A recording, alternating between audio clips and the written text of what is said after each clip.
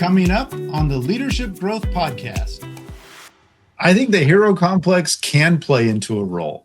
I think it's less intentional, and I think it's shown more in I can control myself. I know what my skill level is. I can control the hours I'm throwing at a problem. I can't control others as easily. So there is that reluctance to be able to hand off and to give that task, that responsibility to others.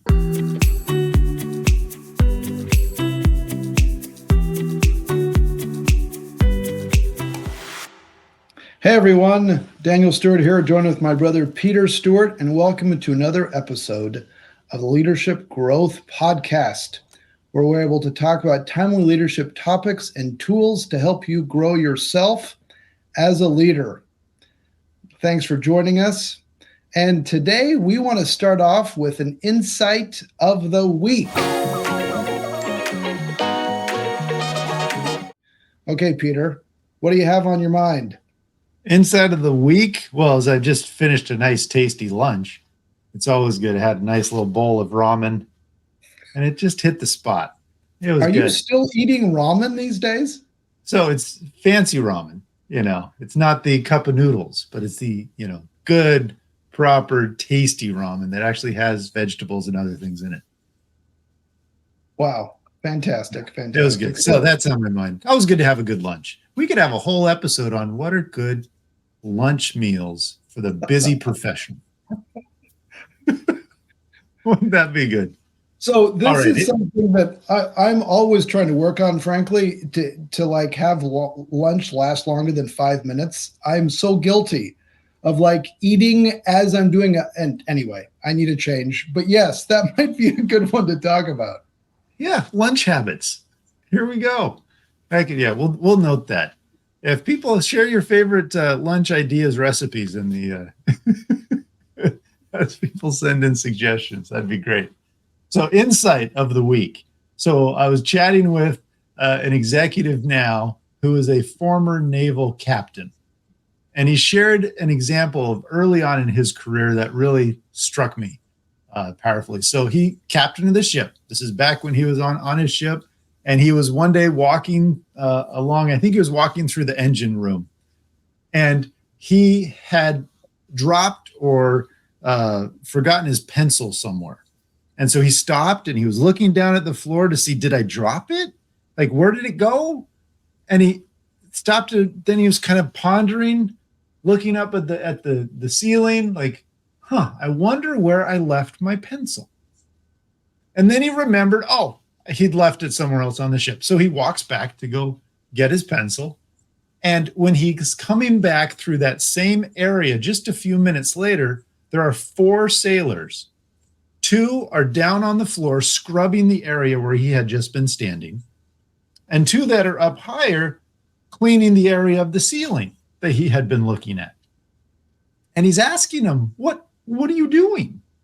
And they said, well, you just walked through here a few minutes ago and you stood and you looked very closely at the ground and you had a concerned look on your face. And then you looked up above you at the ceiling and then you just left.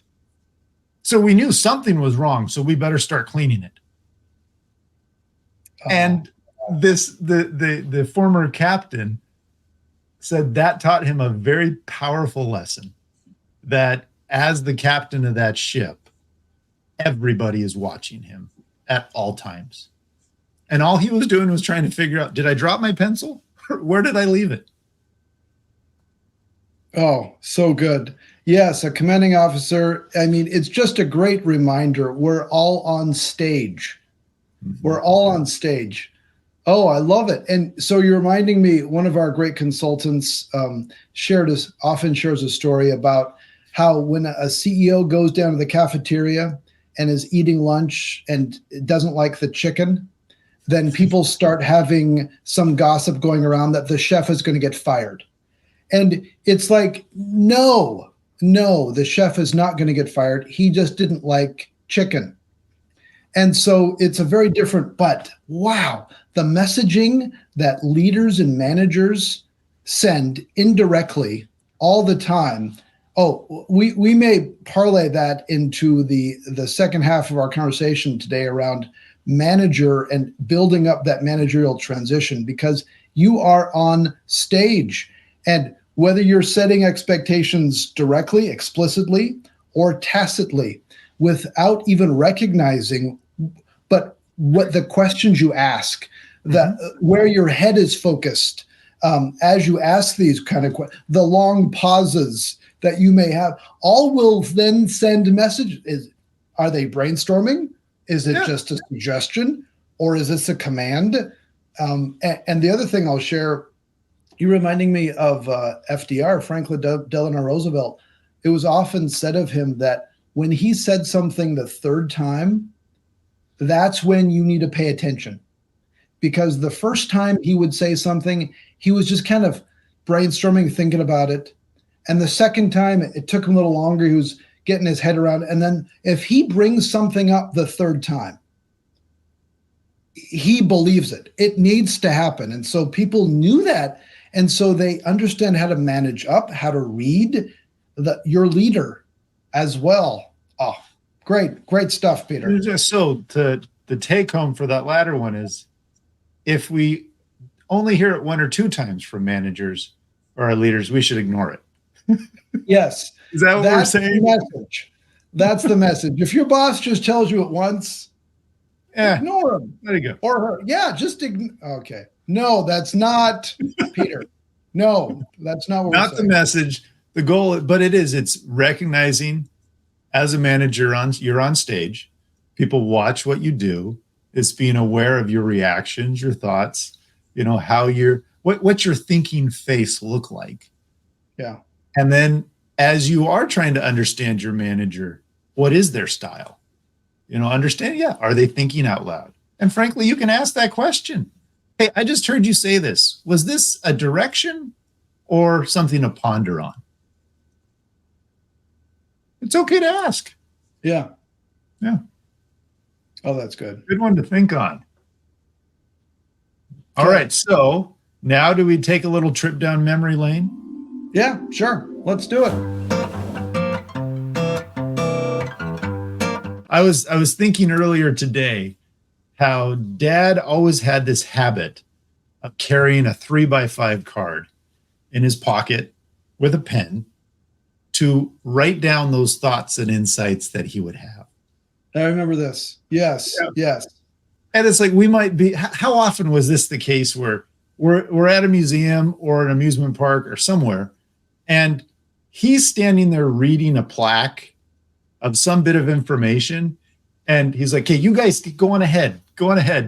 And then he catches up to us, and then he shows us his card that he's now written down the quote from Walt Disney or from Eleanor Roosevelt or Martin Luther King or whatever it was that he's just now written on, and he wants to share it with us. And that was a habit where everywhere he was going is looking for opportunities to remember something of importance. And he wrote it down. He had his little 3x5 cards. Oh, I remember distinctly, even in church, we'd be sitting there, and I don't know if you remember, he would have like a really nice gold pen that he would keep, and he would twist the top of it to open it up. Oh, I think it was like a cross or an arrow, whatever the brand. Exactly. Some fancy pen. We don't do fancy pens anymore. Right, exactly. But he would write down what he would just hear, like a great quote or a story, and he was always capturing it. And when we were prepping for this, and you shared a little bit about that, I was remembering that helped influence me. So even as I was growing up, even in high school, when I would start hearing a great story or a quote, I would start collecting them, and I started accumulating a nice binder of all sorts of quotes and stories that even to this day, I will be able to kind of dip into and go, oh yeah, that's a good one. But it was such a great habit to then build in and to keep in mind all the time. You're always paying attention to metaphors and stories and ideas and bits of pieces to then connect that will inspire others, or you can build into something later on. Yeah, it's a great habit. And just, being with Dad just a couple of weeks ago, he's still doing it. Oh, I still learn from it. Oh, Cool. Oh, you're reminding me. One insight I was going to share that I just learned this past week. I forgot to ask you. Oh, it's okay. The last time you're ever on the show. But anyway, I've now gotten kicked off. better scripting. You're out. You're out. No. So this piece, it really kind of blew my mind here. Apparently the research is indicating that the average adult spends 12 to 13 hours every day consuming digital content. Hours, not minutes. You said 12 to 13 hours. And keep in mind, this is email on your phones, Google spreadsheets, Instagram, LinkedIn, Facebook, Netflix, any sort of digital time we're spending, 12 to 13 hours. Now, we only have 24 hours in the day. That's like half of our life. And, if you're sleeping 6 to 8 hours, hopefully you're getting 7 to 8 hours, there's not a lot of other time. Mm-hmm. And so when I heard this, I'm like, wow, the point is to make sure that we are making choices that are best for ourselves about how we're spending that time. Mm-hmm. And that it's not being thrust upon us or against our own agency, against our own awareness of what's sucking us in. And so as long as we remember that we're making choices for ourselves, and the other thing that really is interesting to think about, 100 years ago, 12 or 13 hours of our day that is currently being spent with digital devices was not there. Mm-hmm. And correct. So we are still adapting and adjusting and taking on this significant new part of our existence. And so again, it goes back to making choices, which is so key for us as we lead, as we manage, as we're sending messages, direct or indirect messages, just like the captain of the submarine that you mentioned. So critical, especially how we're utilizing all this digital time. Oh, it is. How can we be intentional about that so we don't get sucked into the doom scrolling of you're sitting here, you're looking through some feed on your phone, and next thing you know, it's 20, 30 minutes later. And you're like, what was I just looking at? Yeah. Because all of those are manufactured. They are designed to spike interest, to keep us watching. Right. All that. So yeah, how can we be conscious of that? And 12 or 13 hours, it's neither good nor bad. It's what it is, as long as we're being intentional about it. And admittedly, sometimes Candy Crush is needed for a certain period of time. Just to kind of, cloudscape equivalent on the digital device. Mm-hmm. But yes, the intentionality is so key. And let's use that as the transition. Because to be nice intentional, a segue here, to be intentional about how we are transitioning from an individual contributor to a manager or a leader of people. Last time we talked about a number of things, 4 specific, and then we want to finish up the other 4 today. Last time we talked about the transition from one way to many ways of accomplishing something. We also talked about transitioning from solving problems to anticipating them, dealing with something that's defined to ambiguous, and then also being a friend to being friendly, which is that's a tricky one. So if you haven't heard all of our listeners, please go back to the last episode, listen around as we talked about those 4 transition points. We want to finish off the list of 8 here. The other 4 transition points. Peter, talk to me. Talk to me about this doing to delegating transition. What does this mean? What does this look like? Because this is dang hard. Oh, it's really hard. And it's the second one on the list, and we kind of had bypassed it as we started going through yesterday. So I'm glad we called it out to give it a little bit more focus, because that is that pivot. You are not just an individual contributor anymore as you shift to management. You're not just responsible for your own scope of work. you now have responsibility for others. And if all of your time is spent executing in your role and the tasks you need to get done, then what time do you have actually helping to supervise and look at the needs of others who you have responsibility for? So it really comes down to a math problem of that pie chart.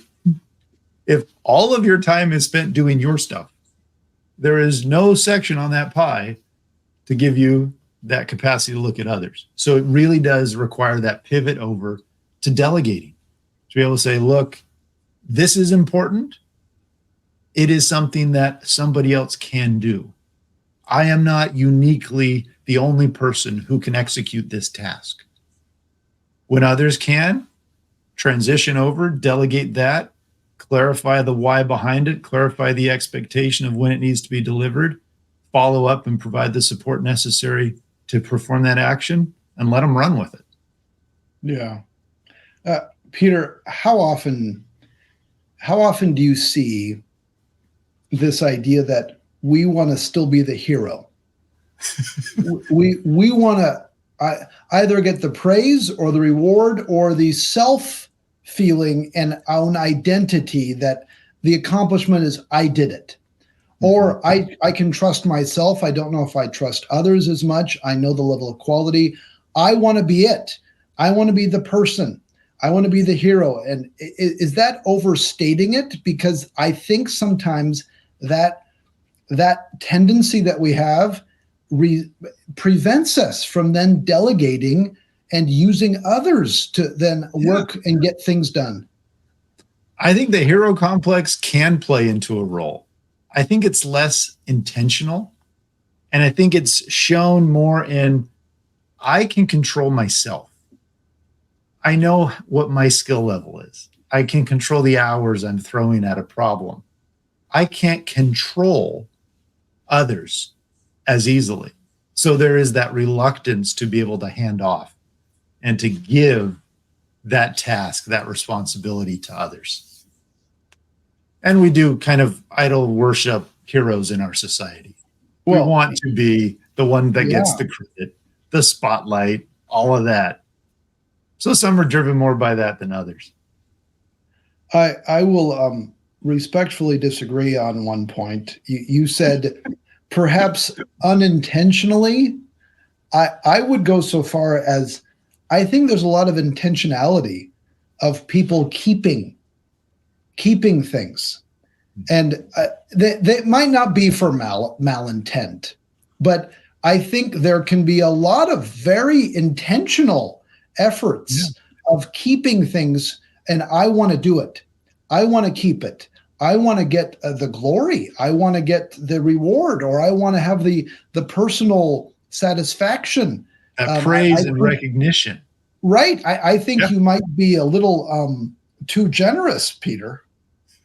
I try and give people the benefit of the doubt, but you're right. And it dovetails very nicely into the next area of talking about that success of self versus success of others. You know, can you help suppress your own hero complex enough to allow others to shine? Or are you just focused on that next promotion for you? Oh, yeah. Okay. I know you're going to the next one. But we don't have to leave it. One other comment around this delegating idea. So when people ask me, I want to be able to improve my ability to delegate, my answer is usually, here's the first step, make the list. And the list is write down everything you need to do and take a very hard look about the things that only you can do. And what are the things that somebody else can do? And be strict about it. Yeah. Be really hard about it on yourself and say, really? Are you the only one in your unique spot that you can do this? I don't think so. And challenge yourself until you get that list. And then you're able to identify what you uniquely can do and what you can begin to delegate to others. That's a fabulous step one. And when I have people do that, they come back with their list, and I say, good start. Now cut it in half. because we don't want to be able to push those off. We assume, and I think in some ways think too highly that, yes, we are the only one. Or are we hogging that spotlight? So take that first crack at it, make the list. What can you delegate to others? Using that perspective of impact and urgency are good paradigms to look at as you're deciding that. And then after you've done that initial list, try and cut it in half. And you say cut it in half for what purpose? Because I'm trying to understand. So you're saying not to delegate as much, or to keep things? Delegate more. Delegate more, saying these are the things I can't delegate, I have to keep. Nope, you can delegate more than you think you can. Yeah. That's what I'm saying. So continually challenge whatever list you're keeping, that's what you want to cut in half and keep delegating even more than you think. Yep. You want more of that pie chart to be delegated. You know what I also find is, as people are making the list, they start realizing all of the things that they then need to do as a manager that they did not necessarily do as an individual contributor. And they start then prioritizing it, such as regular one-on-ones, such as providing continual feedback, constructive and rewarding, and compliments, such as being able to then understand and get to know every single person, understand their strengths and what they bring and their motivations. All of this takes time, and it's not necessarily time that people had spent beforehand, that it's now new activities. Yep. And it's helping to others prioritize their activities, because you are becoming more and more briefed and more aware of what are the strategic priorities. Yeah. Well, how do you help message that down within your team so that they are prioritizing their tasks appropriately? And again, if all you're doing is focusing on what's on your plate, you can't spend time helping them prioritize theirs. Which now leads into the next one, Peter. What's the next one you're bringing up? Yes, I know you wanted to get there because it's such a good one. What is it? It is success for self and how you transition to success for others. Fundamentally, as a manager, your focus is on the success of others. So the success of self, what's wrong with that? What's really wrong with that? Because even as a manager, you want to make sure you're successful. I mean, there's nothing inherently wrong with wanting your own self to be successful. So what is this, though, that we're talking about? It's the ability to have the success for you, but it's letting others, it's finding that success through others. And it's not just celebrating your own accomplishments. It's celebrating your team's. And then here's the kicker. If you're really striving to have more responsibility to get that promotion, it is typically not off of your own performance that you get that. And it's actually having somebody on your team ready to take your role. So if you're hogging the spotlight and just saying, hey, it's me, you're actually hindering your own ability to get promoted. But if you're helping others and your team to look fabulous and you're sharing that success, you're getting them ready, that actually increases the likelihood that you're prepared for that next opportunity. In a functioning organization. Yes. Do you want to elaborate on that caveat, Daniel? You can have all sorts of dysfunctional places. And if it's focused around self-interest, then you are not creating a team. You're simply focusing around you. And so if you're in a system, though, that is advocating for high competition and individual achievement at the expense of the team and the group, okay, keep working on yourself. However, it is going to be limiting because the key is, as a manager or leader, you are going to go farther, longer term, if you work with your team, if you optimize output, if you optimize collaboration. And that doesn't mean you have to work on everything all together. No, it's clarifying expectations, identifying what you uniquely can do, delegating for development and productivity toward others. And that's such a key thing. And it's built upon this assumption that you as a manager cannot be successful without your team, and your team cannot be successful without you. Or put another way, your success will only increase if you rely upon others. And I think what you're highlighting as well is we're identifying tenets of effective management. And we talk, this is what we're ideally trying to get to. But you may not be operating in an ideal culture, in an ideal climate of an organization where others feel the same way. Yet you can still begin to execute and apply these skills, even in a culture that may be running counter to it. You might just have to be adapting it in a different way. Yeah. So this next one, transitioning from an agenda doer to then become an agenda setter. When you hear this, Peter, what strikes you most? That's the setter part. You are helping to outline and give that perspective to others.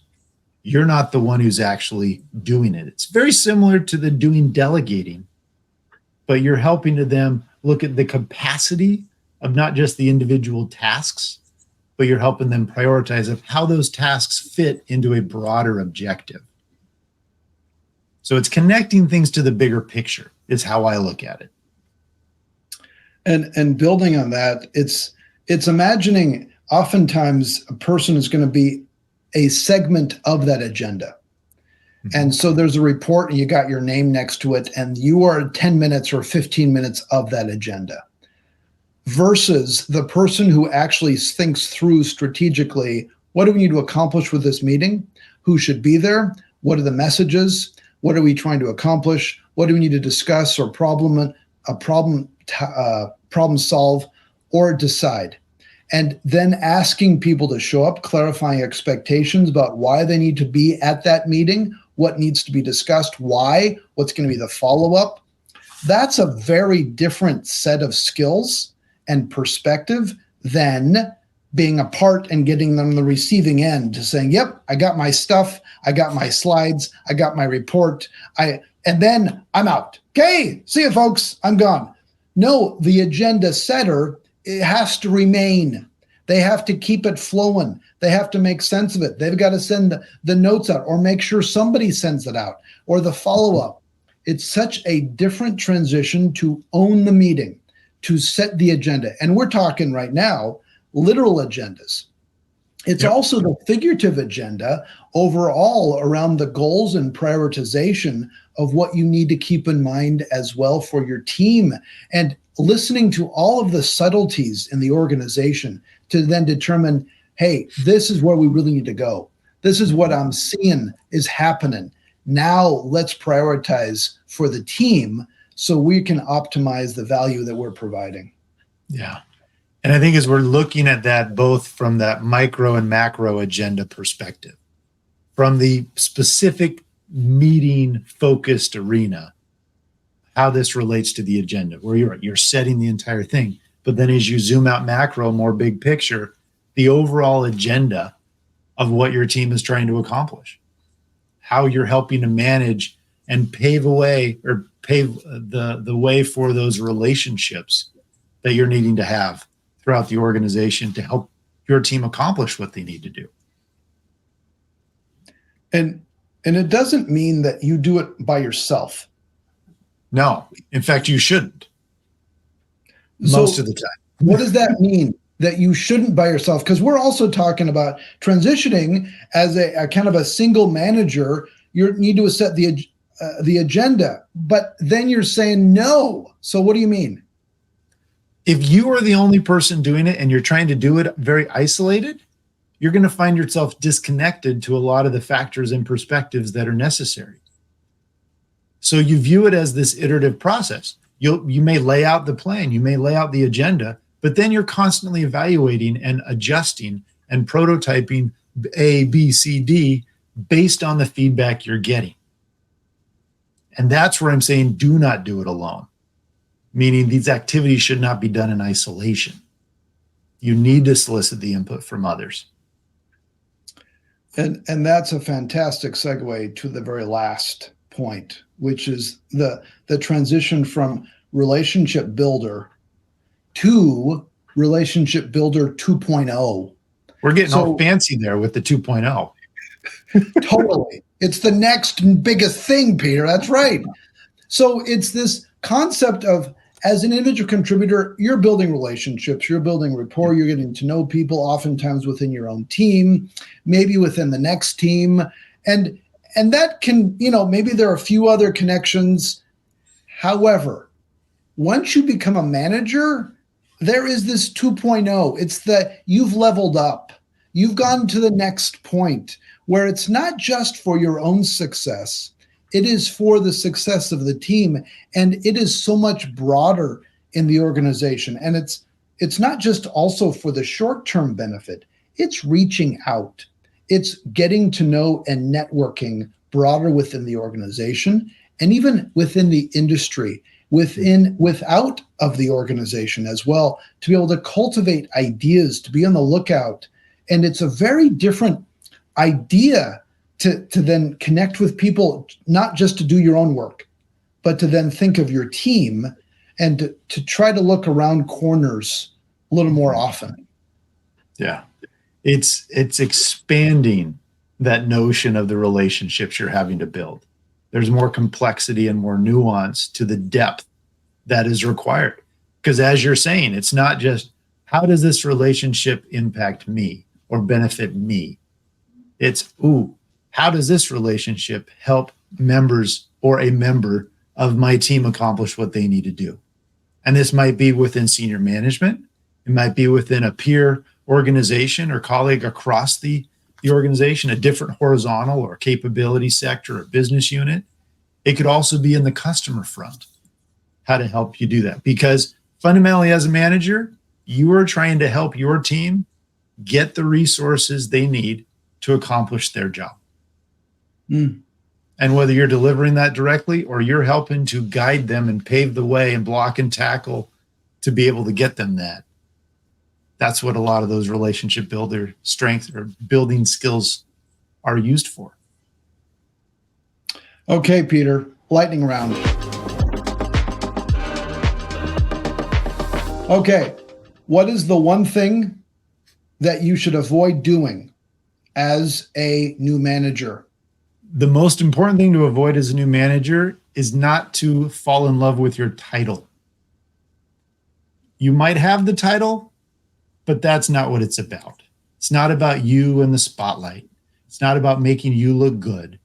It's about making your team look good, making them successful, developing them, giving them the resources, giving them the opportunities so they can accomplish what they need for the benefit of the organization and the team. So don't hog the spotlight. That's the biggest piece of advice because it's not about you. Amen. Well said. Well said. Okay, what are you going to throw at me? Okay, here's a situation, a scenario for you. Piece of advice if you're coming out of this scenario. You've been a part of a team.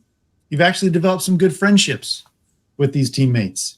Now you have been promoted as the boss of that team. One piece of advice for that new manager who's now the boss of their friends. Love it. So the question is, what's the advice for a person who is just promoted from peer to now boss? The one piece of advice I'd give is to make sure you set different expectations. Because what I see too often is, as they're promoted, they might say, hey, folks, things won't change much. You already know me. I know you. Things are going to just keep going as is. No, they cannot and they should not. You need to readjust expectations. You need to be able to be very clear that you now need to provide feedback and expectations around performance, and that they are going to be working as a team with you in a different role. So resist the temptation of saying, things are fine, things are going to be the same. No, they need to be readjusted. not because you're a jerk or not. No, it's different roles and they need to be readjusted. That's a fact. Okay. Good Peter. insights. As we wrap this, one thought is we've now had these 2 episodes on the new manager. Yeah. If you are a new manager listening to these, we've given you some tips, some suggestions, but overall, I hope you are also feeling an optimism for this role because the impact you can have on your team is tremendous. And recognize you're going to make mistakes, and that's okay. But as you are striving to just improve and to do the best you can, you're going to find tremendous success, especially as you're keeping these 8 skills in mind. So we're excited for you. That's a great way to end it. And I would just tweak it, not just a new manager, any manager as you're listening, because these things that we've been talking about over the last 2 episodes, they are not just for new managers. They're for any managers of people as you continue to then build on your managerial journey, strengthening how you interact and build up your team. You can do it. And please reach out anytime we can help support. Check out all of the great resources in the show notes or at streetleadership.com. And Peter, thanks for another fun leadership growth podcast. It's been a pleasure. Thank you. We'll have to do it again soon. Yeah, love it. Okay, folks, please subscribe and listen again. Look forward to seeing you again. Bye. If you liked this episode, please share it with a friend or colleague, or better yet, leave a review to help other listeners find our show. And remember to subscribe so you never miss an episode. For more great content or to learn about how Stewart Leadership can help you grow your ability to lead effectively, please visit stewardleadership.com.